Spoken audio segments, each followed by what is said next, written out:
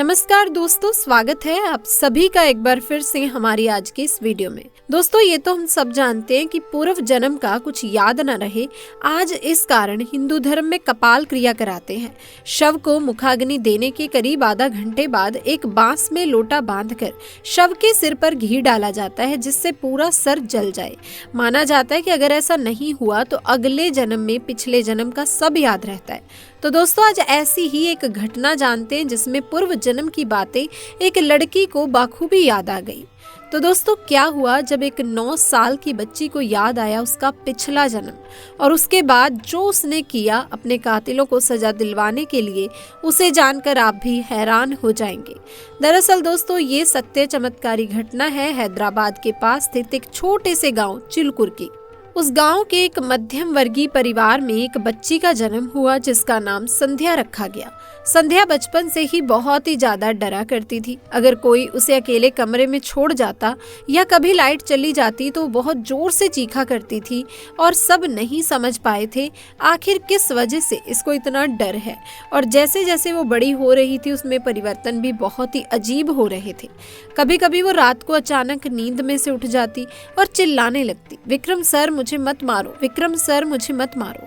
परंतु उसके माँ बाप को लगा कि इसने केवल बुरा सपना देखा है और उन्होंने उस बात को वहीं पर डाल दिया। परंतु संध्या जब 9 साल की हुई तब उसे नहीं पता था कि अब जो उसके साथ होने वाला है वो उसकी पूरी जिंदगी को बदल कर रख देगा।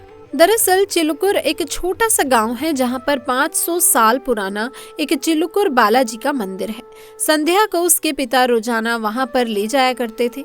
एक बार की बात है, जब वो 9 साल की थी उसके पिता उसे चिलकुर बालाजी मंदिर ले गए। जब वो वहां दर्शन कर रही थी, क्योंकि छोटी बच्ची थी, ऊपर से भगवान की घंटी उसके सर पर आ गिरी और इतने में ही वो बेहोश हो गई। उसके माँ बाप बहुत ही ज्यादा परेशान हो गए, क्योंकि छोटा सा गांव था, सभी लोग मिलकर रहते थे, तो सभी को बहुत ही ज्यादा चिंता हो रही थी। थोड़ी देर के बाद जब संध्या को होश आया तो उसने सबसे जो प्रश्न किया, उस प्रश्न को सुनकर उसके माँ बाप सहित सभी गांव वालों के रोंगटे खड़े हो गए।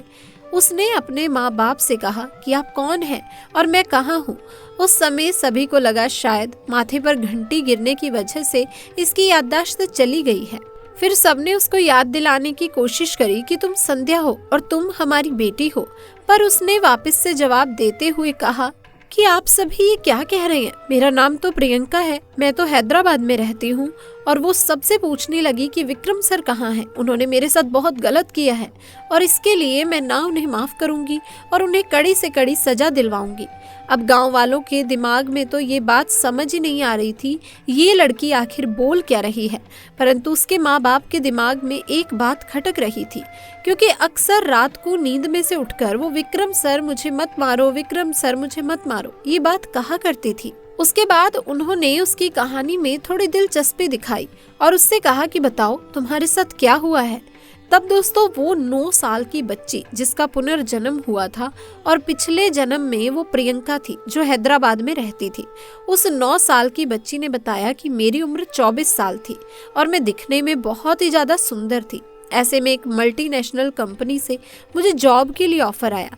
मैंने भी तुरंत हामी भर दी, क्योंकि बात मेरी जिंदगी की थी।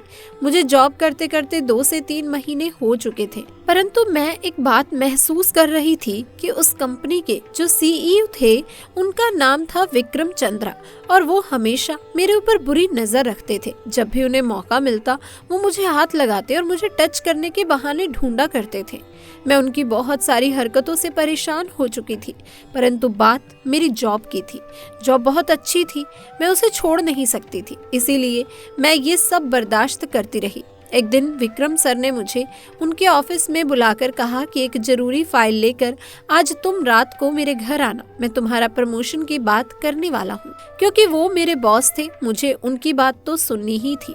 ऐसे में रात को रिक्शा लेकर 3 किलोमीटर दूर मैं उनके घर गई, और जब मैं उनके घर में अंदर गई तब वो शराब पी रहे थे और उनके घर पर कोई भी नहीं था। मैंने उनसे कहा कि ये इम्पोर्टेंट फाइल सर आपने मंगवाई थी। तब उन्होंने मेरे हाथ में से वो फाइल ले करके कहीं दूर फेंक दी और उन्होंने मुझसे कहा, फाइल तो सब बहाना है, मुझे तो बस तुम्हें यहाँ बुलाना था। उसके बाद उन्होंने शराब के नशे में मेरे साथ जबरदस्ती करने की कोशिश की। मैं जोर जोर से चिल्ला रही थी। ऐसे में जब वो मेरे साथ जबरदस्ती करने में कामयाब नहीं हो सके तो मेरी आवाज बंद करने के लिए पास स्थित तकिए से उन्होंने मेरा मुंह दबा दिया और तब तक दबाए रखा जब तक कि मैं मर नहीं गई। और जब मैं मर गई उसके बाद उन्होंने मेरी लाश को उनके गार्डन में ही दफना दिया। और अगर आज संध्या के रूप में मेरा जन्म हुआ है तो भगवान मुझसे यही नेक काम करवाना चाहते हैं कि मैं उस विक्रम को जेल तक पहुंचा सकूं। क्योंकि सभी गांव वाले अनपढ़ थे तो उनको ऐसा लग रहा था कि ये लड़की शायद घंटी गिरने की वजह से पागल हो गई है और कुछ भी बके जा रही है। परंतु उसके माँ बाप बचपन से उसे देख रहे थे, उसकी अजीब अजीब हरकतों को देख रहे थे, तो शायद उन्हें ऐसा लग रहा था कि ये बात सच है। इसीलिए वो तुरंत संध्या को लेकर के हैदराबाद गए।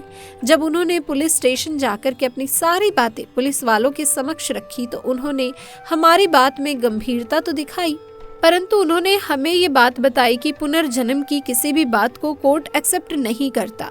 हमें सबूत की जरूरत है। अगर सबूत हमारे पास होंगे तो हम कुछ भी कर सकते हैं। क्योंकि संध्या को ये बात याद थी कि विक्रम ने प्रियंका को कहाँ दफनाया है।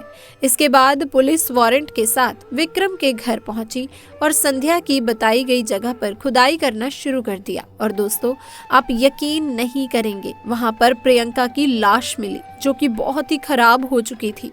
उसकी अच्छी तरह से पहचान करने के बाद ये पता चला कि वास्तव में वो प्रियंका है जो आज से 9 से 10 साल पहले विक्रम की कंपनी में जॉब किया करती थी और अचानक से कहीं गायब हो गई थी।